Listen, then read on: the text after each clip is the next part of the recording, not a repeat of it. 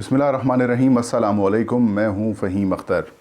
नाज़रीन, इस वक्त इलेक्शन कमीशन और वफाकी हुकूमत के दरमियान जो लड़ाई और तसादुम की जो सूरत हाल है वो मज़ीद बढ़ती जा रही है और इलेक्शन कमीशन ऑफ पाकिस्तान ने पाकिस्तान तहरीक इंसाफ की वफाकी हुकूमत के ख़िलाफ़ खुलेआम अब जंग का ऐलान कर दिया है।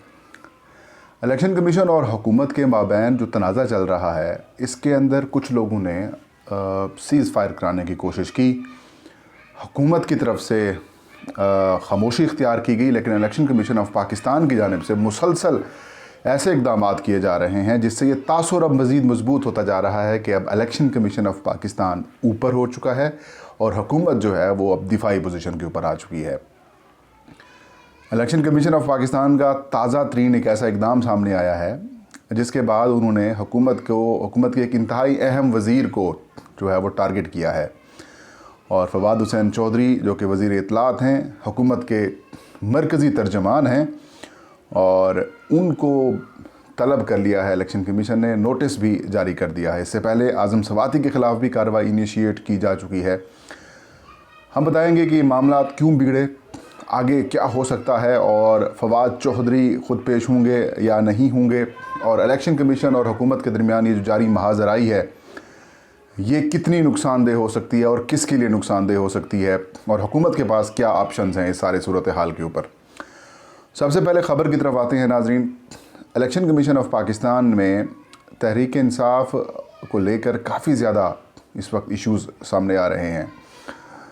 कोई भी मौका सामने आता है तो chief election commissioner Sikandar Sultan Raja जो हैं वो उसे जाने नहीं देते कि जहाँ पर तहरीक इंसाफ की हुकूमत को तनकीद ना की जा सके या फिर उनके ख़िलाफ़ कोई कार्रवाई ना की जा सके। इलेक्शन कमीशन ऑफ पाकिस्तान की जानिब से आपको याद होगा इलेक्ट्रॉनिक वोटिंग मशीन के ऊपर एक एतराज़ी नोट जो है वो सेनेट की पार्लिमानी अमूर की कमेटी को भिजवाया गया था और जो एतराज़ात उठाए गए थे इस इलेक्ट्रॉनिक वोटिंग मशीन के ऊपर, उसके बाद से लेकर हुकूमत और इलेक्शन कमीशन शदीद तौर पर आमने सामने है। लेकिन इससे पहले भी NA 75 में रीपोलिंग का जो हुक्म दिया गया इलेक्शन कमीशन की जानिब से और उसके बाद सेनेट इंतखाबात 2021 में जो कि मार्च में हुए थे, उसकी में सुप्रीम कोर्ट ऑफ पाकिस्तान की जानिब से वाज़े अहकामात के बावजूद कि आप टेक्नोलॉजी का इस्तेमाल करके इंतखाबी शफाफियत को यकीनी बना सकते हैं, कर सकते हैं, लेकिन इलेक्शन कमीशन ने ऐसा नहीं किया। ये 3-4 कुछ चीज़ें जो हैं वो इलेक्शन कमीशन ऑफ पाकिस्तान के इक़दामात की वजह से हुकूमत जो है वो अब उनके ख़िलाफ़ हो चुकी है और काफ़ी ज़्यादा मसाइल पैदा हुए हैं। बिलखुसूस आखिरी बार जो इलेक्ट्रॉनिक वोटिंग मशीन के ऊपर एतराज़ात उठाए गए थे इलेक्शन कमीशन की जानिब से, उसके बाद से लेकर हुकूमत के कई वज़रा जो हैं उन्होंने इलेक्शन कमीशन पर शदीद तनकीद की। बिलखुसूस आज़म खान सवाती और फवाद हुसैन चौधरी ने मुख्तलिफ़ प्रेस कॉन्फ्रेंस की। बाबर रहमान साहब के मुशीर हैं वज़ीर आज़म के पार्लिमानी अमूर, उन्होंने प्रेस कॉन्फ्रेंस की और शदीद किस्म के इल्ज़ामात लगाए इलेक्शन कमीशन के ऊपर कि ये बतौर इदारा इंतखाबी इस्लाहात की राह में रुकावट पैदा कर रहे हैं। इलेक्शन कमीशन की जानिब से इन प्रेस कॉन्फ्रेंस का और इल्ज़ामात का शदीद नोटिस लिया गया, बिलखसूस उस जुमले का जिसमें आज़म खान सवाती ने सेनेट की पार्लिमानी अमूर की कमेटी के अंदर ये बात की कि इलेक्शन कमीशन जो है वो धांधली कराता है और ये शफाफियत के ख़िलाफ़ हैं, पैसे लेके ये सारे काम करते हैं और ऐसे इदारे को आग लगा देनी चाहिए। और उन्होंने ये मुतालबा किया कि इंतखाबात जो हैं वो इलेक्शन कमीशन की बजाय हुकूमत के कंट्रोल में या फिर उनके सरपरस्ती में इंतखाबात होने चाहिए। बाद में उन्होंने वजाहत की कि ये बात वैसी मेरी निकल गई, लेकिन इलेक्शन कमीशन ने इस सारे मामले को बहुत सीरियस लिया। उसी पार्लिमानी कमेटी के इजलास का बाइकाट किया, वॉकआउट किया, चीफ़ को बताया, चीफ इलेक्शन कमीशनर मेम्बरान को बताया और मेम्बरान ने अगले हफ्ते फिर वफाकी वज़ीर आज़म सवाती और वफाकी वज़ीर बराए इत्तलात व नशरियात फवाद हुसैन चौधरी को नोटिस जारी किए और 7 रोज़ के अंदर इनसे जवाब मांग लिया। 7 रोज़ के अंदर अंदर वज़ीर इत्तलात की जानिब से इलेक्शन कमीशन से 6 हफ़्तों की मोहलत मांगी गई, लेकिन आज़म खान सवाती की जानिब से जवाब नहीं जमा कराया गया। इलेक्शन कमीशन ऑफ पाकिस्तान ने फिर फवाद चौधरी को 6 की बजाय 3 हफ़्तों की मोहलत दी और उन्हें कहा कि 3 हफ़्तों के अंदर आप अपने इल्ज़ामात के जवाब में या जो शवाहिद जमा कराएं या फिर अपना जवाब जमा कराएं, बसूरत दीगर आपके ख़िलाफ़ तौहीन इलेक्शन कमीशन की प्रोसीडिंग्स जो हैं वो शुरू कर दी जाएंगी। आज़म खान सवाती को कुछ दिनों के बाद इलेक्शन कमीशन ऑफ पाकिस्तान ने तलब कर लिया, उसकी समाअत हुई। उस समाअत में आज़म खान सवाती ख़ुद पेश नहीं हुए। उनके जूनियर वकील आए और ये कहा कि हमें वक्त दें, हम आपको जवाब जमा करा देंगे। लेकिन इलेक्शन कमीशन ने वक्त देने की बजाय आज़म खान सवाती को शोकाज नोटिस जारी करते हुए उन्हें 26 अक्टूबर को ज़ाती हैसियत में पेश होने की हिदायत की। अब आज़म खान सवाती पेश होंगे या नहीं होंगे ये तो आज़म सवाती ही बता सकते हैं, लेकिन बज़रिया कौंसल वो पेश हुए हैं। अब उनको उनको ज़ाती हैसियत में तलब किया गया है। फवाद हुसैन चौधरी ने जब 3 हफ़्ते गुजर गए, 19 अक्टूबर को 3 हफ़्ते उनके जो मोहलत को जवाब जमा कराने और सबूत देने की जो मोहलत उन्होंने वक्त मांगा था उसके 3 हफ़्ते गुजरे, तो एक बार फिर फवाद चौधरी की जानिब से इलेक्शन कमीशन ऑफ पाकिस्तान से दरख्वास्त की गई कि हमें मज़ीद 3 हफ़्ते दें ताकि फिर हम आपको तफसीली जवाब जमा करा दें। इलेक्शन कमीशन के पास जब ये फवाद चौधरी की नई दरख्वास्त सामने रखी गई तो इलेक्शन कमीशन ऑफ पाकिस्तान ने इसे मुस्तरद कर दिया। ना सिर्फ इलेक्शन कमीशन ने उनकी इस दरख्वास्त को मुस्तरद कर दिया बल्कि उन्हें एक नया नोटिस भिजवा दिया।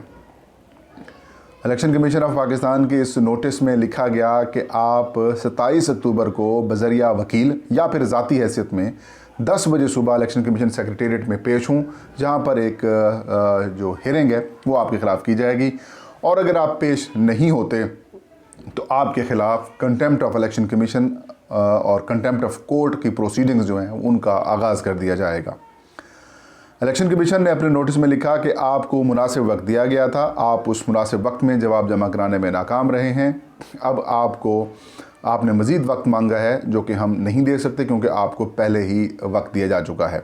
बेहतर यह है कि आपने जो इल्ज़ामात लगाए हैं प्रेस कॉन्फ्रेंस में, जो डेरोगेटरी किस्म के रिमार्क्स दिए हैं, मुतनाज़ा किस्म की जो बातें की हैं चीफ इलेक्शन कमीशनर और मेम्बरान के ऊपर, उसके ऊपर या शवाहिद दें या फिर आप पेश होकर अपना मौक़िफ़ दें। अब फवाद चौधरी के पास क्या ऑप्शन है?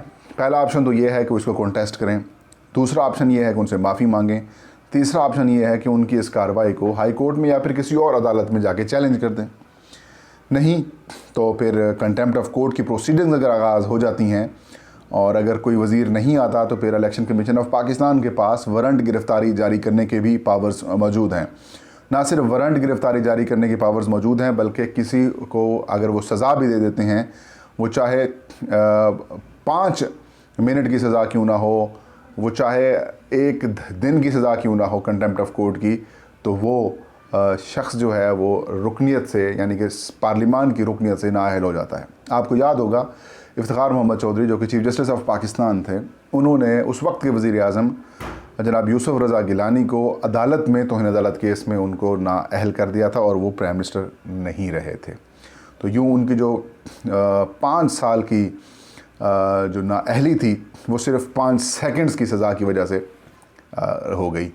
तो अभी भी वक्त है। इलेक्शन कमीशन ऑफ पाकिस्तान काफ़ी ज़्यादा अग्रेसिव है हुकूमत के ख़िलाफ़ और हुकूमत के पास ऑप्शन ये हैं कि चीफ़ इलेक्शन कमिश्नर के ख़िलाफ़ जो उनके पास कुछ शवाहिद भी मौजूद हैं, एक रेफरेंस भी मौजूद है सुप्रीम जुडिशल काउंसिल में वो मौजूद है, उसको लेकर भी वो कार्रवाई कर सकते हैं, उसको फॉलो कर सकते हैं। उनके ख़िलाफ़ अगर कोई फ्रेश पिटीशन है वो फ़ाइल की जा सकती है। चीफ़ इलेक्शन कमिश्नर के ख़िलाफ़ फवाद चौधरी जो हैं वो उनके वकील के ज़रिए पेश हों कि ये पर्सन गरज निकाल रहे हैं, वो इस बेंच से या फिर इस केस से अलग हो जाएं।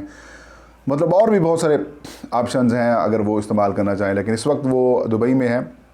जब वो वापस आएंगे तो ज़ाहिर है 24 या 3 दिन बाद उनकी तलबी है, 2 दिन बाद आज़म सवाती की तलबी है।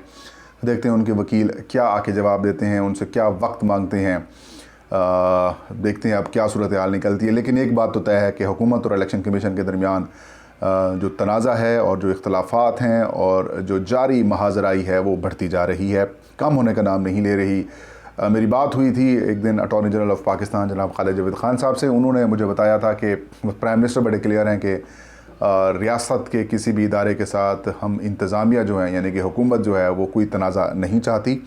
इलेक्शन कमीशन ऑफ पाकिस्तान ने भी को भी चाहिए कि वो जो अगर इंतखाबात को बेहतर बनाने के लिए कोई प्रपोज़ल सामने आ रहा है EVM के ज़रिए तो उसको अकोमोडेट करें, ना कि उनके ऊपर एतराज़ात उठाएँ। तो उनका कहना था कि इलेक्शन कमीशन और हुकूमत के दरमियान मामलात बेहतर करने के लिए, बेहतर कोऑर्डिनेशन के लिए जल्द उनसे रब्ता करेंगे। लेकिन कोशिशें की गई, कोशिशें नाकाम हुई और अब सूरत हाल ये है कि हुकूमत के जो मरकज़ी तर्जमान है फवाद हुसैन चौधरी, उनको तलब कर लिया गया है। ये एक बड़ा स्टेप है। कुछ थ्योरीज़ ये चल रही थी कि इलेक्शन कमीशन हैज़ डिसाइडेड कि आज़म सवाती और जो फवाद हुसैन चौधरी हैं इनको रुकनीत से नाअहल करना है, यानी कि -2 करना है इमरान खान की टीम में से। लेट्स सी क्या होता है। अगला हफ्ता इंतहाई अहम है नाज़रीन। ये थी आज की वीडियो। इंशाल्लाह नेक्स्ट वीडियो में नई खबर नई इशू के साथ हाजिर होंगे। तब तक मुझे इजाज़त दीजिए। अपना और अपने चाहने वालों का बहुत सारा ख्याल रखें। अल्लाह हम सबका हामी नासिर हो।